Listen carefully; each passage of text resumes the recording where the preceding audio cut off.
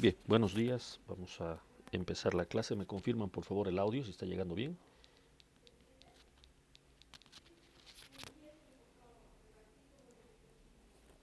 Hola, hola, buen día.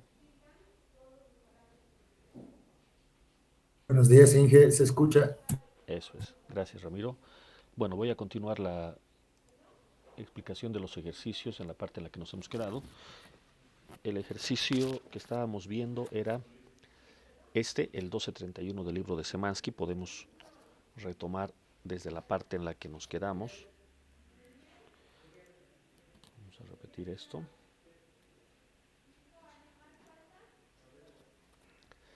Ahí está. Fíjense, es un bloque de madera que se encuentra flotando en la interfaz entre estos dos fluidos. Arriba está el aceite, que es menos denso, abajo está el agua, con la densidad ya conocida de 1000 kilogramos metro cúbico.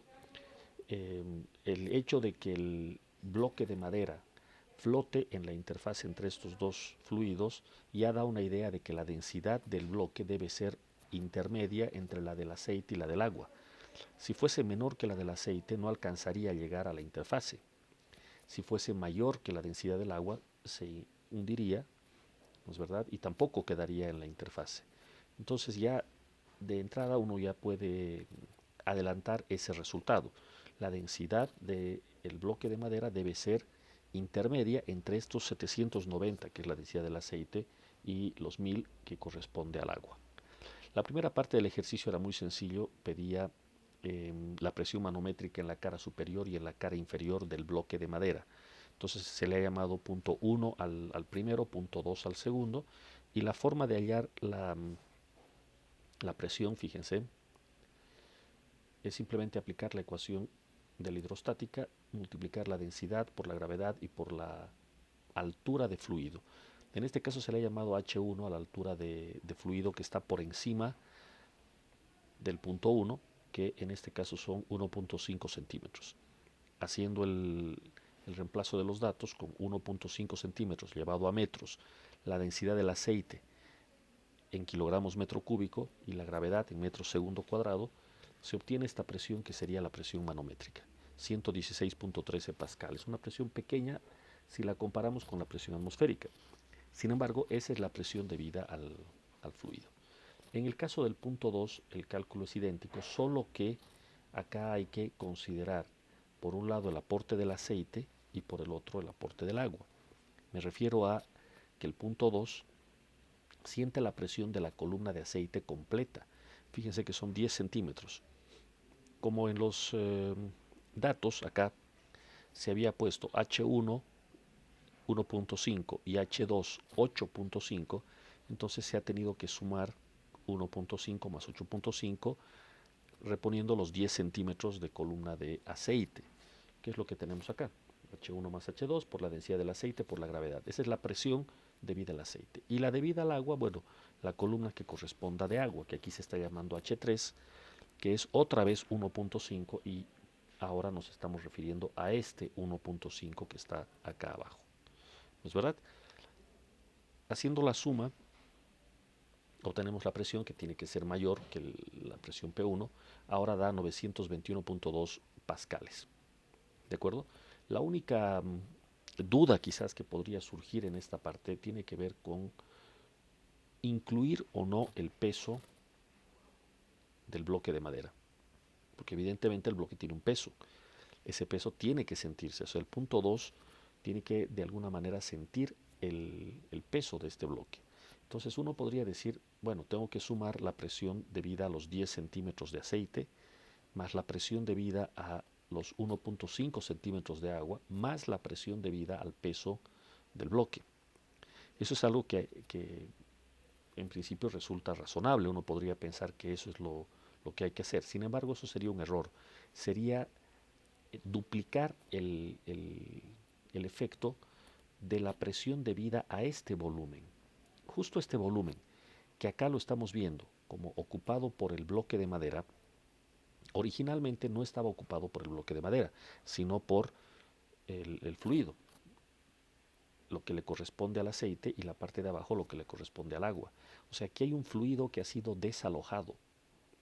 Cuando hacemos el cálculo considerando la columna de 10 centímetros de aceite, estamos sobreentendiendo que no hay ningún fluido desalojado. O sea, es como si tuviésemos los 10 centímetros de aceite intactos, sin la presencia de este bloque de madera.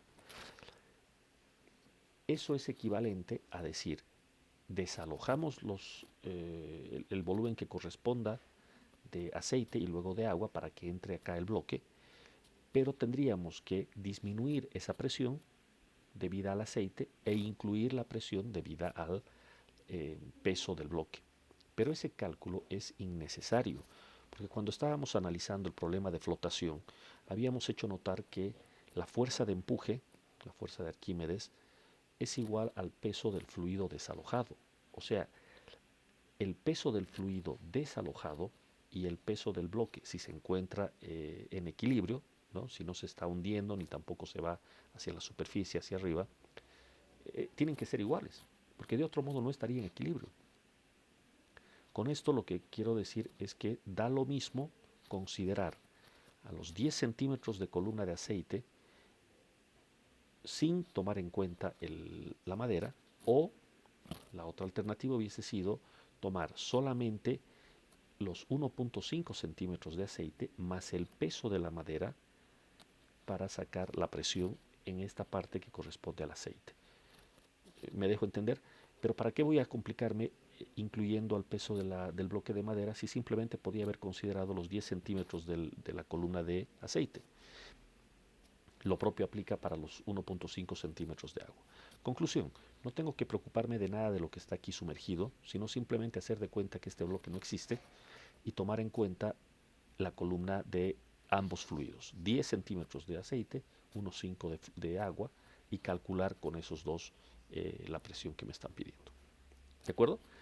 Eso había comentado un poco, un poco rápido la clase anterior, por eso lo estoy remarcando ahora. ¿Ya? El cálculo numérico ya conduce a este resultado, 921 pascales. Finalmente, se pide la densidad del bloque de madera y la masa. Esta es probablemente la parte más interesante del ejercicio. Entonces vamos a continuar desde acá. Hay que utilizar la ecuación que yo mencionaba hace un momento, la ecuación de la flotación, de la fuerza de empuje. Tenemos el peso apuntando hacia abajo, masa por gravedad, y la fuerza de empuje apuntando hacia arriba. B. Vamos a requerir el volumen desalojado. El volumen desalojado trae una parte desalojada de aceite y la otra de agua. Entonces ese volumen lo vamos a calcular por separado. Fíjense lo que se está haciendo acá. Se está calculando el volumen de aceite desalojado y el volumen de agua desalojado. ¿De acuerdo? Como nos han dado de dato en este ejercicio, el lado del cubo, este es un cubo, entonces el volumen que vamos a calcular sería igual a el área, o sea, L por L, L al cuadrado, que no estamos viendo, está en dirección transversal al plano de la figura, multiplicado por la elevación, esta altura. La altura que le corresponde al aceite es H2, o sea, solamente esta parte de acá, 8.5 centímetros. Y para el agua, lo mismo, otra vez, L cuadrado, que no estamos viendo, el área, por esta pequeña altura que le hemos llamado H3, que es 1.5 centímetros. Reemplazando los valores para el cálculo del volumen, pues nos va a salir esto. Son volúmenes muy pequeños porque estamos en metros cúbicos, ¿de acuerdo? Y estos ceros que aparecen, obviamente ustedes cuando hagan el cálculo a mano no van a colocar tantos ceros. Esto se acepta porque, bueno, la calculadora que se ha utilizado trae esta precisión y, bueno, arroja muchos ceros innecesarios. No necesito esto realmente. Pero bueno, ahí están los dos resultados. Ahora procedo a calcular la fuerza de empuje. La ecuación de Arquímedes dice sume, en este caso, densidad por la gravedad por el volumen. ¿Densidad de quién? Pues del fluido desalojado. Como tengo dos, voy a hacer el cálculo para el aceite con el volumen de aceite desalojado y luego la densidad del agua con el volumen del agua desalojado. Ya tengo los volúmenes ahí arriba, tengo las densidades, me han dado de dato, entonces simplemente es reemplazar, sacar la calculadora. Ustedes ya podrán hacer esta verificación posteriormente. 8.0507 es lo que está dando la fuerza de empuje. Ahora, como muestra este diagrama de fuerzas, la fuerza de empuje tiene que igualarse al peso, ¿verdad? Entonces el peso, como siempre, masa por gravedad, de acá despejamos la masa, y el resultado es este, 0.821 kilogramos, ¿de acuerdo? Que ya llegaría a ser el primero de los resultados que se había pedido, 0.821 kilogramos, ¿de acuerdo? Y de acá se puede sacar la densidad del bloque. Si ya conozco la masa del bloque de madera y conozco su volumen, que es simplemente L por L por L, entonces tengo la densidad. Reemplazando los datos, da 821.5 kilogramos sobre metro cúbico. Recuerden lo que de principio se había dicho, la densidad del aceite era alrededor de 700. Aquí está el dato exacto, 790. Y la del agua es 1000. La densidad que debería salir tendría que ser una intermedia entre 790 y 1000. Y fíjense lo que ha ocurrido acá, la densidad es de 821. Coincide perfectamente con lo que se había anticipado. ¿De acuerdo? Entonces esto completa el cálculo y lo único que restaría sería que ustedes verifiquen si los números están bien o no. Entonces les pido ahora sí que saquen su calculadora y verifiquen estos números, por favor. ¿De acuerdo? Entre tanto, si alguien tiene alguna consulta o alguna observación, por favor hágala en este momento.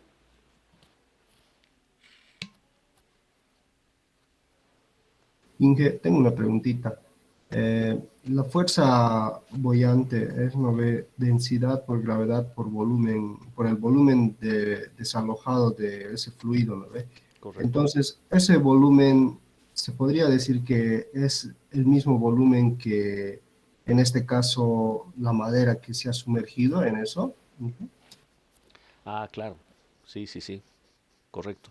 Es que acá hay dos posibilidades. Vamos a ver si aquí podemos dibujar algo. Cuando se habla de flotación hay dos posibilidades. Una, como en este ejercicio, en la que, vamos a ver si se puede rayar un segundito. Ahí está. Se está viendo lo que estoy rayando, ¿verdad? Se ve. Eso es. Una es que el objeto esté completamente sumergido, en cuyo caso el volumen del objeto es igual al volumen desalojado, que es básicamente lo que está ocurriendo acá, con la aclaración de que acá el objeto sumergido desaloja parte de aceite y parte de agua, pero el volumen es idéntico en este caso. La otra alternativa es que el objeto esté parcialmente sumergido, cosa que también puede ocurrir, que el objeto quede así. Esto también puede ocurrir, en cuyo caso el volumen desalojado es solamente este.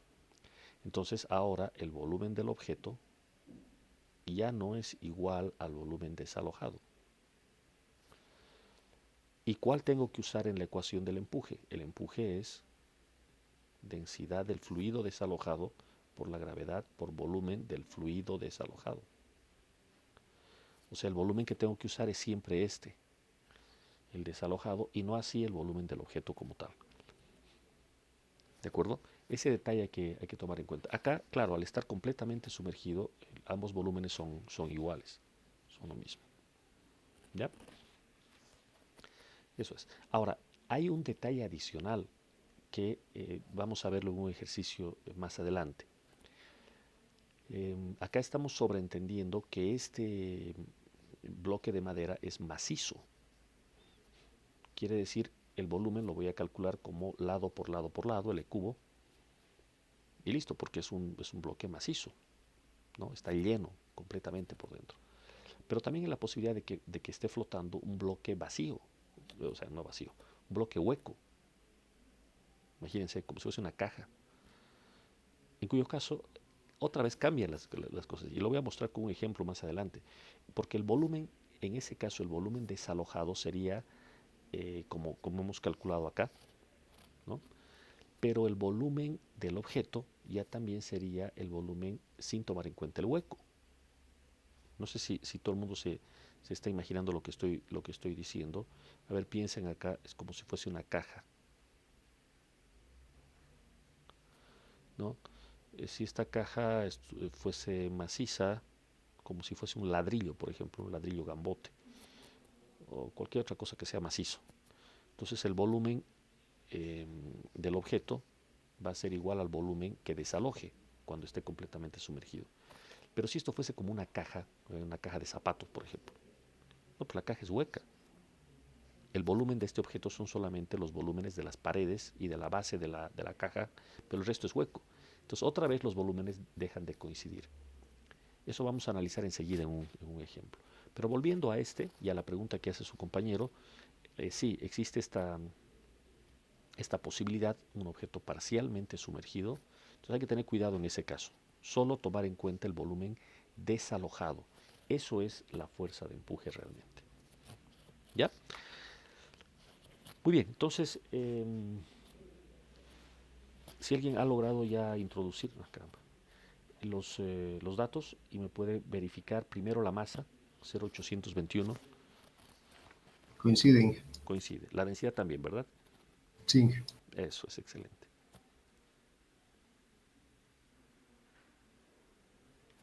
Perfecto. Entonces, si no hay más preguntas, podríamos pasar ya a un siguiente ejercicio. Otra vez un problema típico. Todos estos son ejercicios típicos. Cada uno de estos puede tener una gran variedad de variantes, valga la redundancia, pero el ejercicio básico es el que estamos viendo. Por ejemplo, acá es un problema en el que se habla de un tubo en U, como el que se ve en la figura. Está abierto a la atmósfera, eso quiere decir que de un lado y del otro no está tapado el tubo, o sea, mantiene el contacto con la atmósfera. Este dato es importante porque si bien hemos dicho que la presión atmosférica no es algo que tenga importancia cuando se calcula una fuerza, por ejemplo, sí es importante si el sistema, como en este caso el tubo, de un lado está abierto a la atmósfera y del otro no. Ahí sí es importante, o sea, si se bloquea, digamos, el contacto, se impide el contacto entre una rama del tubo y el medio exterior, entonces la presión ya no es la presión atmosférica. Y ahí sí puede haber una importancia. ¿De acuerdo? Pero bueno, en este ejercicio nos están diciendo que el tubo de ambos lados está abierto a la atmósfera. Entonces volvemos al caso en el cual no hace falta considerar la presión atmosférica, porque actúa por la izquierda y por la derecha, entonces ¿para qué la vamos a tomar en cuenta? Se va a anular, en todos los cálculos se va a anular. ¿De acuerdo? Bueno, ¿qué es lo que se hace? Se vierte una cantidad de agua cuidadosamente en la rama izquierda del tubo. Entonces aquí está. ¿Sí? Hasta que la altura vertical de la columna de agua llegue a 15 centímetros. Ya. Olvidé mencionar esto de principio. Al inicio, antes de vertir el agua, lo que tenemos es mercurio. Entonces imagínense ustedes el tubo en U y este fluido, que aquí aparece en este color plomizo, es mercurio. Entonces, antes de que se haga el vertido del agua, no hay motivo alguno para que las dos ramas, esta la izquierda y esta la derecha, no estén a la misma altura. Por supuesto que van a estar a la misma altura. Eso es señal de que la presión es la misma en el tope de ambas ramas, como tiene que ser, estamos en condiciones hidrostáticas. ¿De acuerdo? Pero si ahora se realiza el vertido de estos 15 centímetros de agua, esos 15 centímetros de agua representan una presión adicional en la rama izquierda. Entonces, al haber más presión del lado izquierdo, se va a producir un desnivel. ¿De acuerdo? Fíjense el desnivel H entre la rama de la izquierda y la rama de la derecha. Ya, perfecto. Entonces, con estos 15 centímetros de agua, vamos a pasar a calcular varias cosas. Primero, la presión manométrica en la interfase agua-mercurio. Acá, en este lugar, en la interfase agua-mercurio, pues va a haber una presión. ¿Cuánto vale esa presión manométrica? ¿Ok? Inciso B. Calcule la altura H, esta, desde el tope del mercurio en la rama derecha hasta el, desde acá, desde el tope del mercurio en la rama derecha hasta el nivel más alto de la columna de agua, o sea, hasta acá. Bueno, ahí está, la gráfica es clara. Calcule H. Eso es. Inciso C, repita el cálculo, o sea, otra vez calcule H, pero ahora considerando que el agua ocupa la parte inferior del tubo y el mercurio la parte superior. O sea, el inciso C es el mismo problema, solamente invirtiendo. El agua va a la parte inferior y el mercurio a la parte superior. Por si acaso, en el libro, el problema original solamente trae los incisos A y B. El C ya es una adaptación que yo estoy haciendo, estoy incluyendo un cálculo más. ¿De acuerdo?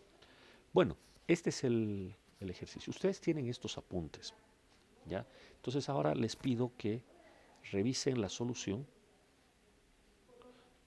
y hagamos la discusión en unos 3 minutos a 4, no más que eso. Por favor, denle una revisada primero. Ya pueden ir verificando algunos cálculos con su calculadora y revisamos enseguida. ¿De acuerdo? A ver, vamos trabajando, por favor, unos 3 minutos a partir de este momento.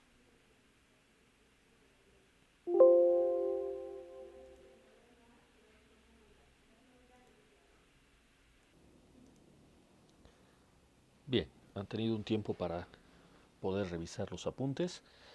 Entonces, veamos ahora entre todos los resultados más importantes. Ahí está. Partimos por la identificación de los datos. No se menciona explícitamente la densidad del mercurio en el ejercicio, pero ya habíamos mostrado que hay unas tablas, o sea, las densidades están tabuladas para todo tipo de materiales. Entonces lo único que necesitamos es tener a la mano una de estas, ¿no? Y mejor todavía si recordamos de memoria la densidad del mercurio, ya que es un fluido muy utilizado, ¿de acuerdo? 13.600 kilogramos sobre metro cúbico. La del agua, por supuesto que vale 1000 y la gravedad la tomamos como 9.8. Entonces, el primer cálculo, esta altura que nos han dado de dato, acá se está denotando por H1. Estos 15 centímetros llevamos a metros y esto da 0.150. Esta notación, que puede resultar un poquito extraña, ya la he mencionado antes, simplemente es la sintaxis del programa de matemáticas que se está usando. Entonces, para la solución del ejercicio no tiene ninguna importancia. ¿De acuerdo? A ver, alguien me está diciendo algo, un segundito.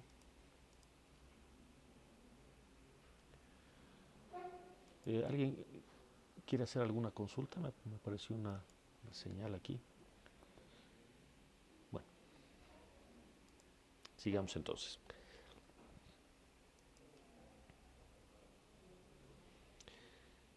Bien, entonces esos son solamente los datos, ahora pasamos al cálculo. Primer cálculo bastante sencillo, calcule la presión manométrica en la interfase. La interfase lógicamente es este punto, vamos a llamarle punto 1. Conviene utilizar sobre la otra rama un otro punto y a la misma altura. En este caso, completamente sobre la columna de mercurio, si ustedes se dan cuenta. Mientras que el punto 1 se encuentra en la interfase. ¿De acuerdo? Ya que estamos en condiciones de equilibrio estático, la presión en el punto 1 tiene que ser igual a la presión en el punto 2. Eso es lo que vamos a utilizar. ¿Ok? Pero bueno, nos están diciendo únicamente calcule la presión en la interfase y no es nada más que la presión debida a la columna de agua, a los 0.15 metros por la gravedad y por la densidad del agua. Haciendo números, esto da 1470 pascales, que ya lo han debido verificar. Es un cálculo bastante sencillo. ¿De acuerdo? Presión manométrica. Se excluye a la presión atmosférica en este cálculo, por eso es manométrica. La segunda parte del ejercicio es más interesante. Nos están pidiendo la altura H. Esta altura, este desnivel. ¿De acuerdo? La única explicación para que haya un desnivel es que exista una diferencia de presiones, que tengamos una presión más grande de un lado que del otro. Si no, no habría este desnivel. Y es lógico, ¿no? Tiene que notarse el aporte del agua y por eso ocurre este desnivel. Por eso las dos ramas del mercurio, si solo miramos el mercurio, ya no pueden estar al mismo nivel, ¿no es verdad? Pero en la situación que se muestra, con todo y la columna de agua de 15 centímetros, tiene que seguir cumpliéndose la ecuación de la hidrostática. Entonces, ahora sí utilizamos los dos puntos, el punto 1 y el punto 2. En el punto 2 calculamos la presión manométrica, porque ya en el punto 1 la tenemos calculada. La física dice que la presión 1 tiene que ser igual a la presión 2. Entonces, ¿a qué es igual la presión manométrica 2? Evidentemente, al existir solo esta pequeña rama de mercurio que está sobresaliendo, tenemos que multiplicar la densidad del mercurio por la gravedad y por esta altura. ¿De acuerdo? Esa altura no la conocemos, pero la podemos expresar como la diferencia de 0,15, que le hemos llamado H1 a 0,15, menos la altura H, que por cierto esta H es la que quiero calcular. ¿De acuerdo? Entonces, ρ del mercurio por la gravedad y por esta altura. El resultado es el que se ve acá en términos de H y lo único que hay que hacer es reemplazar, o más bien igualar a la presión P1 que ya se conoce. Queda una ecuación con una incógnita.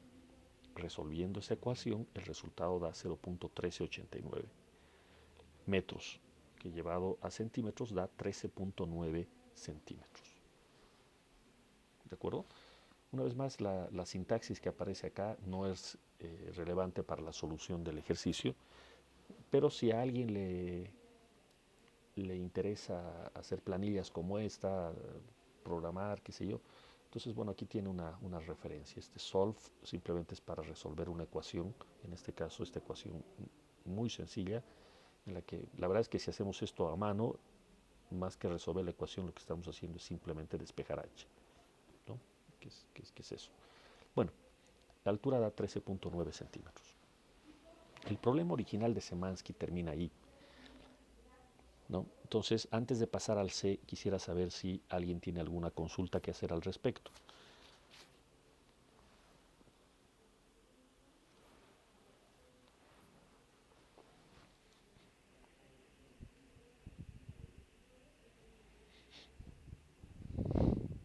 Bueno, entonces, si no hay preguntas, vamos al inciso C. Repite el cálculo, pero ahora con el mercurio ocupando el lugar del agua, o sea, acá arriba, y el agua ocupando el lugar del mercurio. ¿Qué ocurre en ese caso? A ver, ¿alguien me podría comentar si es que ya llegó a ver esa parte?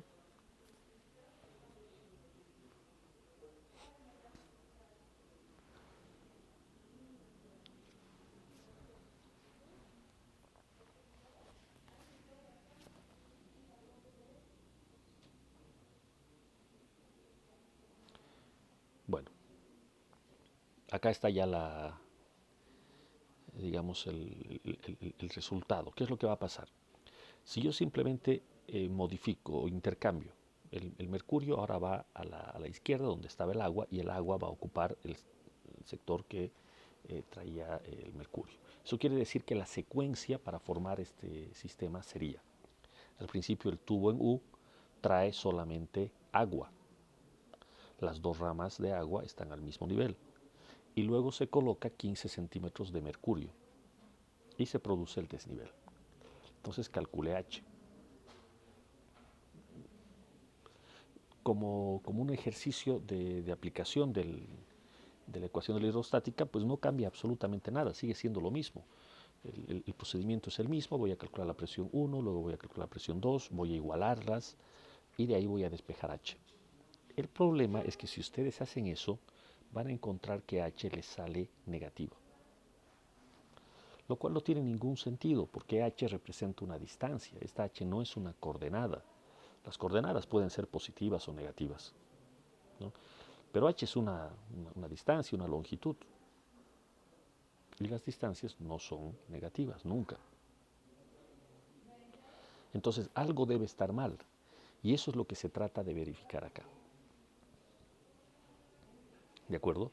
¿Cuál sería la explicación? ¿Por qué esta H saldría negativa en ese caso? ¿Quién me puede decir? Inge, ¿sería posible que en este caso el mercurio estuviese empujándole al agua, tanto que puede hacer incluso salirse? Sí, sí, sí. En realidad, todo pasa por el peso, o más propiamente por la densidad del mercurio, que es mayor que la del agua. Si están en contacto dos fluidos, el más denso ocupa siempre la parte más baja del recipiente y el menos denso se queda en la parte más alta. No hay, no hay otra forma de que esto funcione.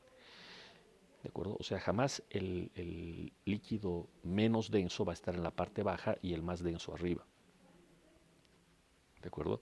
Entonces, si vemos el problema original, ¿no? El que estaba planteado en el libro, ese sí es coherente con esta situación, porque tenemos en la parte baja el mercurio, por encima viene el agua y ocasiona un pequeño cambio de altura, este desnivel H, pero el mercurio sigue ocupando la parte que le corresponde, la parte más baja del recipiente.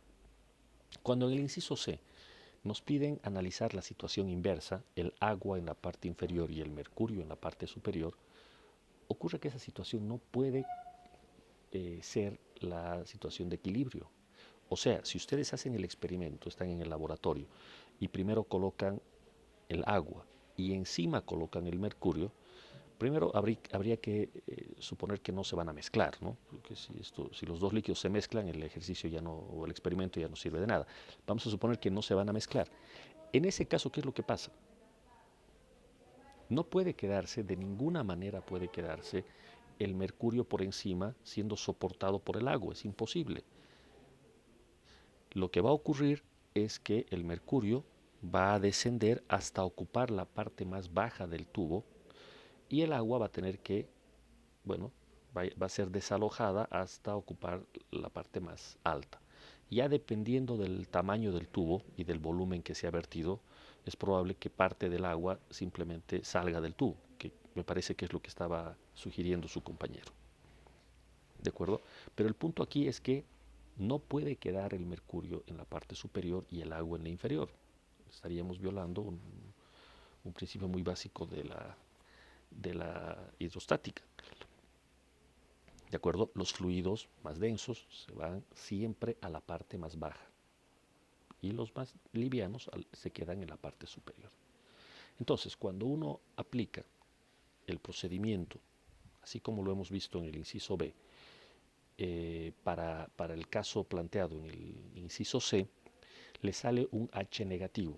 Y claro, estas son de esas preguntas que cuando entran en un examen de física o qué sé yo, en algo de ese estilo, son preguntas con cierta trampa. Porque claro, si el estudiante de manera desatenta calcula y le sale H negativo y simplemente pone en su resultado H igual menos tantos centímetros y da eso por respuesta, bueno, se ha equivocado. Se ha equivocado porque para empezar no puede ser que una distancia sea negativa, ¿no? Entonces, si le sale de cálculo negativo, eso tiene que tener una explicación. Y la explicación es que la situación física que nos están pidiendo calcular no puede darse.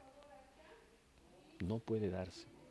Entonces la respuesta correcta al inciso C no es H igual menos tantos centímetros. La respuesta correcta al inciso C es esta situación física que nos están planteando no puede darse. No hay forma de que el equilibrio se alcance de esta manera. Y ahí termina la respuesta. Si estamos con un formulario Google como el que yo les paso en los exámenes y les pongo varias opciones, bueno, es que es una pregunta que tiene su trampa, ¿no?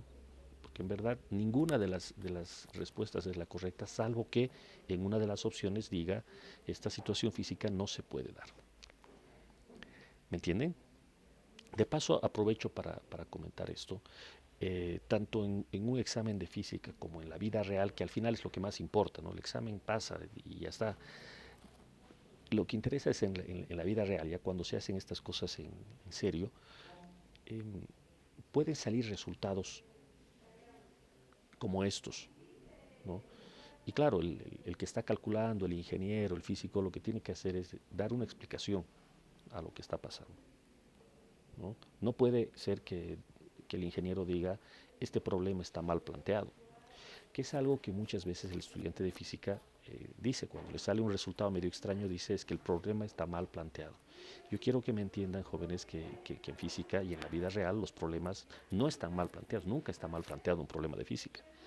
Lo que sí puede ser es que la situación que nos estén planteando no se pueda dar en la realidad y eso tiene una explicación física y eso es lo que se está esperando por respuesta. ¿Ya? Bueno, con esa aclaración estaríamos concluyendo este ejercicio. Si alguien tiene alguna pregunta, por favor, puede hacerla.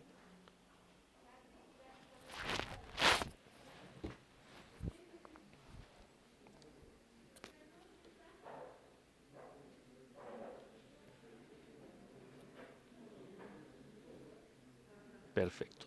Entonces, no habiendo preguntas, pasamos al siguiente ejercicio. De nuevo, problema extraído del libro de Szymanski y nuevamente un problema de flotación. ¿De acuerdo? Veamos qué es lo que piden acá. Se habla de una barcaza, una lancha, como se podría ver acá, un lanchón, no importa el nombre que utilicemos. Barcaza le vamos a llamar. Una barcaza abierta tiene las dimensiones de la figura. Fíjense aquí la figura. 22 metros en un sentido, 40 metros en el otro sentido y 12 metros de profundidad. Bueno, es una barcaza bastante grande, imagínense 40 metros, está flotando en el agua. La barcaza, dice, está hecha de placas de acero de 4 centímetros de espesor. Ya. Las 4 paredes laterales y el fondo, entonces, están hechas de placas de acero. O sea, básicamente son 4 placas de acero en los laterales y una placa adicional en el fondo. Todas de 4 centímetros de espesor. Eso quiere decir que el interior de la barcaza está vacío, está hueco. Lo cual tiene mucho sentido porque esta barcaza la vamos a usar para transportar volúmenes, cargas, lo que fuere. Entonces obviamente tiene que haber un espacio vacío aquí al interior, que es el espacio útil para el transporte de carga. Justamente a eso hace referencia el problema. Pide calcular la masa máxima de carbón que se puede transportar sin riesgo de que la barcaza se hunda. Y luego pide verificar si hay suficiente espacio en la barcaza para llevar esa masa máxima. Entonces la situación real sería la siguiente. Tenemos esta barcaza, la vamos a usar para transportar una carga. El problema dice carbón, bueno, perfecto, carbón. Entonces seguramente se coloca una cantidad de carbón acá. Y claro, cuanto más carbón se coloca en la barcaza, más peso y la barcaza tiende a cada vez hundirse más, hasta que va a llegar un punto límite, máximo. Si se coloca un poco más de carbón, la barcaza se hunde. ¿Por qué? Porque ya el peso supera a la fuerza de empuje y ya no hay más cómo soportar esta situación. ¿De acuerdo? Entonces vamos a calcular esa masa máxima de carbón. ¿De acuerdo? Empecemos acá con los datos. Vamos a llamarle ρC a la densidad del carbón, 1500 kilogramos metro cúbico. Dato. La densidad del agua, como siempre, 1000, dato. La densidad del acero tampoco nos la dan acá, pero igual que en el ejercicio anterior, hay que ir a la tabla de densidades y sacar de allí. 7800 kilogramos metro cúbico es la densidad del acero. Y la gravedad es 9.8. Entonces tengo mis datos. Como siempre conviene introducir variables para representar las distintas magnitudes, en este caso 40, 22, 12, las dimensiones de la barcaza. Aquí están expresadas en metros. Y al espesor, en este cálculo, yo lo voy a denotar por E1. Este es el espesor. Y me lo han dado de dato, 4 centímetros, solamente que para no equivocarme lo voy a llevar a metros, por eso divido 4 entre 100. Con esta instrucción, lo único que le estoy diciendo a mi calculadora es utilice 2 dígitos significativos y eso es lo que estamos mostrando acá, 0.04. Muy bien, entonces ya tengo mis datos de partida y ahora podemos ir al planteo del ejercicio. El problema es claramente un problema de flotación, de equilibrio. Las únicas fuerzas que intervienen aparecen aquí en el diagrama. El empuje apuntando hacia arriba, lo denotamos por B, y el peso apuntando hacia abajo. El peso va a ser igual al peso propio de la barcaza, ya que está hecha de acero, es una barcaza de acero, es un objeto de acero. Entonces yo voy a llamarle así, masa acero. ¿De acuerdo? Este es el peso de la barcaza propiamente. Y MC va a representar la masa del carbón. Esta es la que yo quiero calcular. Quiero ver hasta cuánto puedo aumentar esta masa sin que se hunda la barcaza. ¿De acuerdo? Entonces acá hay que tomar en cuenta una situación. Al principio, cuando no hay ni un solo gramo de carbón, o sea, está vacía la barcaza, esta por su propio peso ya se hunde un poco. Y la fuerza de empuje la mantiene a flote y todo está muy bien. Mientras va aumentando la carga, vamos introduciendo el carbón, cada vez la barcaza se va a hundir más y más y más. El límite que tenemos para hacer que se hunda la barcaza son estos 12 metros que nos han dado de dato. O sea, si al principio está por su peso propio la barcaza hundida 2 metros, entonces todavía le queda 10 para seguir hundiéndose sin que esto signifique que se vaya a rebasar a la fuerza de empuje. ¿Me entienden? Entonces vamos introduciendo el carbón y cada vez la barcaza se hunde más, pero sin perder el equilibrio. ¿De acuerdo? ¿Cuál sería el límite? ¿Qué me dicen? ¿Cuál sería el límite?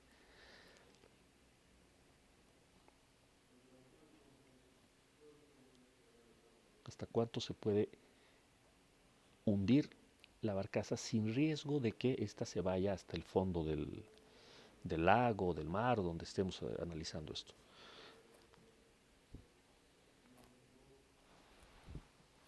¿Se entiende el problema? ¿Alguien me podría intentar dar alguna explicación?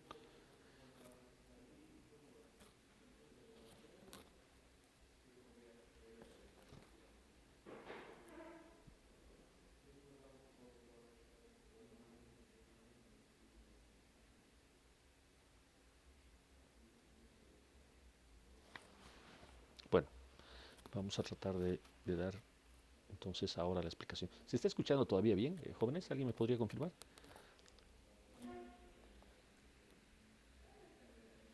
Sí, lo escuché, Inge. Escucha, Oh, ya. Inge. Ok, perfecto. Bueno, entonces la condición límite serían los 12 metros, pues. O sea, vamos aumentando la carga, cada vez más carga, y estos 12 metros los vamos a ir ocupando, o sea, se va a ir hundiendo la barcaza y cada vez va a quedar por encima del agua menos de estos 12 metros. Repito la situación. Al principio, cuando está solamente el peso de la barcaza, sin ninguna carga adicional, yo no sé cuánto se hundirá de estos 12 metros. Supongamos que se hunden 2 metros. Eso significa que me sobran todavía 10. Entonces puedo meter más carga y hundir más y más. Pero el límite son estos 12 metros, pues. Entonces vamos a hacer el cálculo justamente para cuando el agua está al ras de estos 12 metros. Al ras. Obviamente a nadie se le va a ocurrir hacer eso en la vida real, o sea, se va a dar un buen margen, ¿no es verdad? Pero el límite sería ese, ¿de acuerdo? Los 12 metros. Muy bien, entonces la ecuación básica es simplemente esta, igualar peso con fuerza de empuje. Pero acá viene algo importante.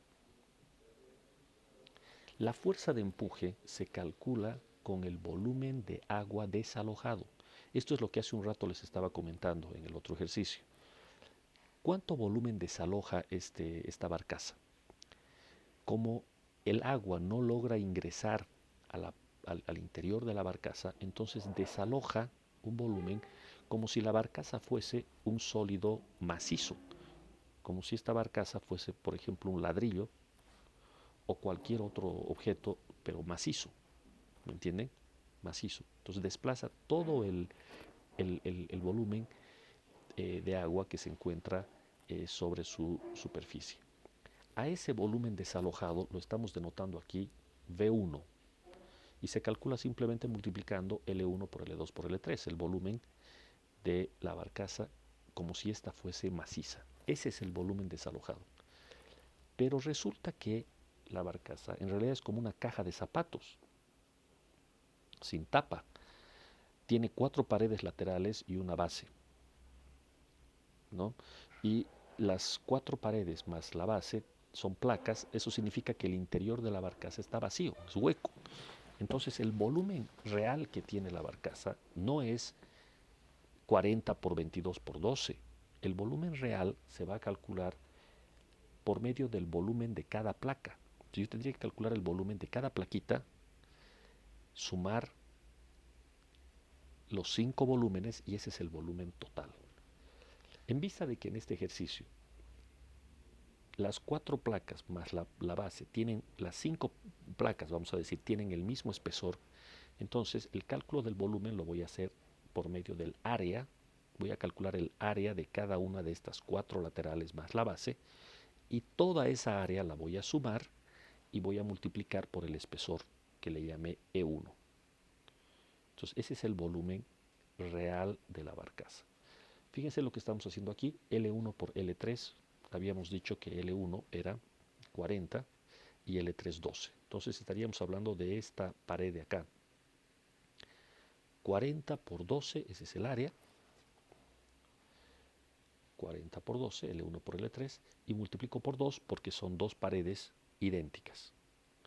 Más L2 por L3, eso significa 22 por 12. O sea, sería esta otra pared, de nuevo multiplicado por 2, porque son 2 paredes idénticas. Más la base es simplemente L1 por L2, o sea, 40 por 22, la base. Sumo todas esas áreas, multiplico por el espesor, le digo que me entregue el resultado con 4 decimales únicamente y ustedes podrán verificar después que esto da 94.72 metros cúbicos. Entonces ya están mis 2 volúmenes. ¿De acuerdo? ¿Cómo es que utilizo estos 2 volúmenes? En la fuerza de empuje debo colocar densidad del agua por gravedad por el volumen total desalojado, o sea, por V1. Mientras que en la fuerza total tengo que poner la masa de carbono más el peso propio de la lancha. Pero el peso de la lancha es masa por gravedad, donde masa es densidad por volumen. Y el volumen es el volumen de estas 5 placas, o sea, lo que hemos llamado V2. Obviamente el hueco, el interior que está vacío, no suma ninguna masa, es hueco. Solamente debo de tomar en cuenta el peso de las 4 placas y de la base. La densidad del acero es dato, el volumen V2 ya he calculado. Entonces fíjense que en esta ecuación, cuando reemplazo mis datos, me queda todo conocido menos la masa del carbono, que está aquí. Masa del carbono por gravedad, o sea, esta masa. Esta es la incógnita de mi ejercicio. Entonces simplemente igualo fuerza total de peso con fuerza de empuje. En la del peso es donde está la masa del carbono y el empuje ya lo tenía calculado, aquí está. Entonces nuevamente me quedó una ecuación con una incógnita que es MC. Despejando MC les va a dar 9.82 por 10 a la 6 kilogramos.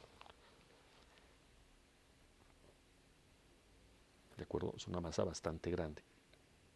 Entonces esa es la respuesta de este ejercicio. Si nosotros colocamos 9.821 por 10 a la 6 kilogramos, o mejor, utilizando toneladas, sería 9.821 toneladas, tendríamos es como la masa máxima de carbón que se puede introducir. ¿De acuerdo? Claro, con esto se está hundiendo, pero hasta el límite la barcaza. Reitero que esto en la vida real a nadie se le va a ocurrir hacer. Se va a dar un margen prudente y bueno, transportará menos que estos 9.800, pero el límite teórico sería 9.821 toneladas. ¿De acuerdo? Bueno, en eso consiste este ejercicio. No sé si está lo suficientemente claro. ¿Alguna pregunta que quieran hacer? Inge, ¿podría volver a explicar lo del peso máximo que puede soportar? No lo entendí muy bien. Sí, el peso máximo está relacionado con hasta cuánto podemos permitir que se hunda esta barcaza. Esta tiene 12 metros de altura. Esto es lo que importa, estos 12 metros. ¿No? Entonces, cuando la barcaza está vacía, por su propio peso nomás, se va a hundir un poquito. ¿Cuánto será ese poco? No lo hemos calculado. Se puede calcular con los datos, pero no lo hemos calculado. Yo he planteado hipotéticamente 2 metros. Supongamos, 2 metros se hunde. Pero luego sobre eso vamos añadiendo la carga. Cada vez vamos poniendo más y más carbono. Cuanto más carbón se ponga, mayor el peso. Y eso significa que se va a hundir más y más la barcaza. Y yo tengo estos 12 metros menos los 2 que estoy suponiendo que se ha hundido al principio, me quedan 10 metros. Entonces, si yo pongo, por decir, 1000 toneladas de carbón, entonces la barcaza se va a hundir un poco más, por decir, unos 4 metros, por decir. Y si sigo metiendo más toneladas de carbón, cada vez se va a hundir más y más. ¿Cuál es el límite? Pues el límite se da cuando se ha hundido tanto la barcaza que el agua está justo aquí al ras, aquí arriba. O sea, prácticamente hemos usado los 12 metros que teníamos de altura. Ese es el límite. Si ponemos un grano más de carbón, esto se hunde. Se hunde. Entre otras cosas porque el agua va a invadir la barcaza y con eso definitivamente esto se hunde, se va a pique, ¿verdad? Pero al margen de eso, ya el peso no tendría cómo compensarse con la fuerza de empuje. ¿Por qué? La fuerza de empuje depende del volumen desalojado. Y el máximo volumen que puede desalojar esta barcaza es el que hemos calculado aquí, Rho por G por V1. ¿De acuerdo? Más que eso no puede desalojar.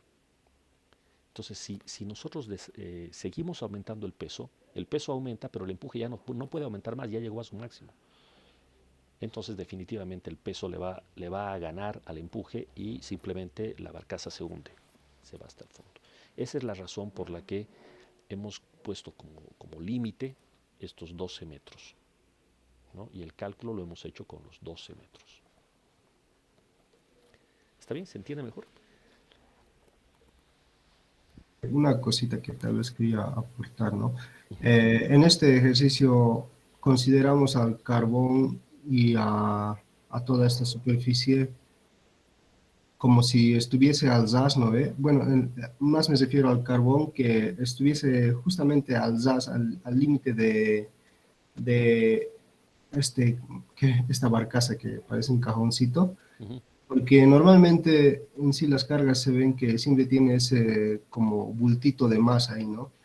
Y yo al ver el ejercicio creí que también se le consideraba así como una masa que está con un pequeño bultito de más, pero ahora que estamos viendo, se ve que necesariamente se debe considerar como si estuviese al ras, como decía. Oh, ya. No, pero es que no es así. A ver, vamos a tratar de, si me ayuda el pulso aquí.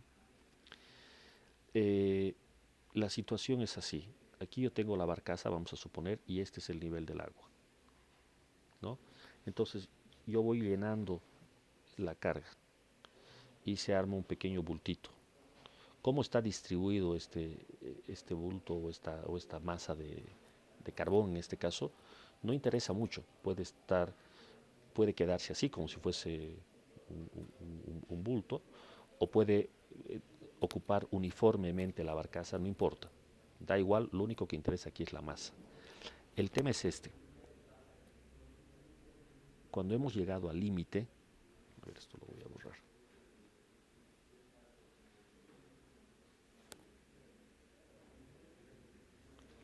Cuando hemos llegado al límite,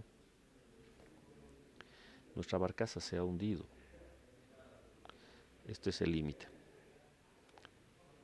Aquí está el agua. Esto, repito, nadie en su sano juicio lo haría. Siempre se daría un margen. Pero hemos metido tal cantidad de carga. Y de nuevo, esta carga puede estar uniformemente ocupando la barcaza o puede estar formando un bulto. Incluso podría ser que hay tanto volumen que hemos llenado todo y todavía nos sigue sobrando margen para seguir aumentando y sobresale. Aquí estoy exagerando, entonces me estoy llevando un bulto así, que me parece que es lo que está sugiriendo. No interesa cómo está distribuida la masa acá adentro, no interesa. Lo que interesa es que la masa total no rebase a la fuerza de empuje que hemos considerado, que es la máxima. Más que esta fuerza de empuje no tenemos. ¿De acuerdo? El que está al ras no es el carbón, el que está al ras es la barcaza. O sea, el agua está justo aquí, en este nivel. Aquí está el agua. Y no importa cómo está la carga aquí adentro. Con bulto, sin bulto, uniformemente, tal vez se ha perdido ahí en el volumen. No lo sabemos, no es importante eso. Pero el que está al ras es el barco, la barcaza. ¿Ya? Eso es. Entonces, aquí tengo un cálculo adicional. Justamente el problema pide como último cálculo verificar si hay suficiente espacio. Y esto está más o menos relacionado con lo que su compañero se estaba imaginando y nos ha planteado. Habrá suficiente espacio porque dependiendo de las cosas, tal vez yo pongo un poco de carbono y es tan pesado que no necesito ocupar todo el volumen de la barcaza, porque ya esta está en su límite. O tal vez es tan liviano que le puedo dar hasta ese bultito extra, ¿no? Con yapita más me puedo llevar el carbón, porque es liviano y no le va a pasar nada. ¿Me entienden lo que estoy diciendo? Entonces aquí vamos a calcular si existe o no el volumen suficiente. Resulta que el volumen de carbono, otra vez lo vamos a calcular con la ecuación de la densidad. Ya conocemos la masa de carbono. La densidad del carbono nos han dado de dato. Entonces, dividiendo masa entre densidad obtenemos el volumen. Este es el volumen que requerimos transportar de carbono. 6.546 metros cúbicos. Pero por el otro lado está el volumen que yo dispongo. Este volumen, si ustedes se dan cuenta, voy a la figura de atrás, es simplemente la resta. Fíjense, el volumen 1 es el volumen como si este fuese una caja maciza, ¿no? Un sólido macizo, y el volumen 2 es el volumen real que tiene este sólido. Entonces, la diferencia entre B1 y B2 es el hueco, todo el espacio vacío que hay aquí. ¿Se dan cuenta? Entonces, si yo hago la resta de B1 menos B2, voy a tener el espacio útil, el vacío, el hueco que se puede ir llenando con la carga. Entonces, restando 10.560 menos 94, 94 es muy chico, es un número muy pequeño comparado con 10.500. O sea, básicamente sigue siendo más de 10.000 metros cúbicos lo que tengo. Aquí se ha hecho la diferencia y da 10.465.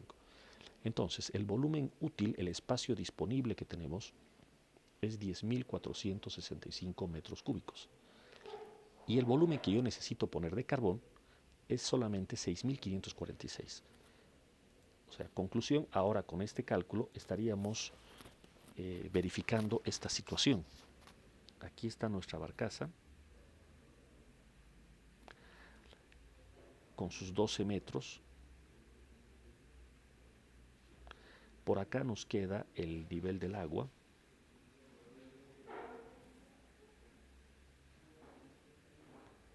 O sea, estamos al límite, un pelito más y esto se hunde. Y adentro está el carbón.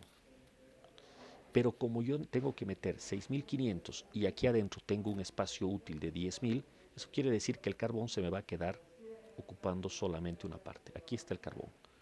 ¿Cómo se ha distribuido este carbón? Tal vez así uniformemente o tal vez se ha quedado así como en un bulto, no importa. Lo que importa es que me está sobrando espacio. O sea, tal vez aquí yo podía haber seguido metiendo más y más carbón. Pero el problema es que si meto un poquito más, esto se hunde. Entonces tengo que ir con mi barcaza medio vacía. 6.500 de 10.000 es poco más de la mitad que estoy ocupando. El resto vacío, si no me hundo. ¿De acuerdo? Ese es el resultado final de este ejercicio. ¿Ya? Bueno, entonces sobre esto hacemos preguntas, si es que hay alguna o algún comentario adicional.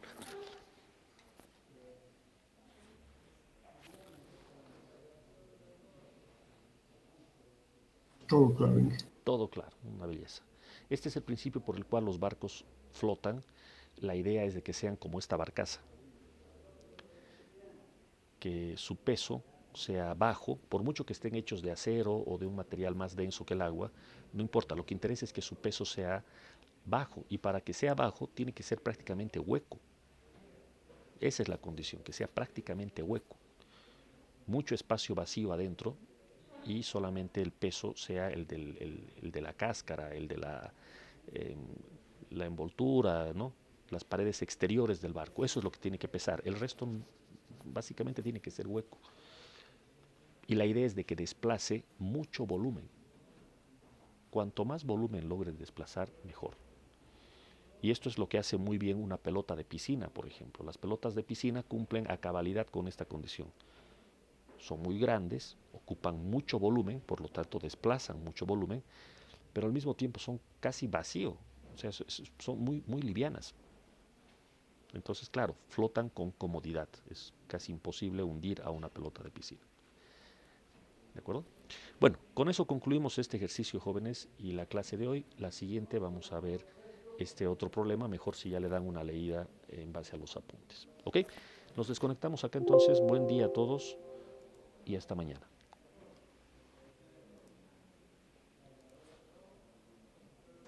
Hasta Hasta mañana. luego, Inge. Muchas gracias.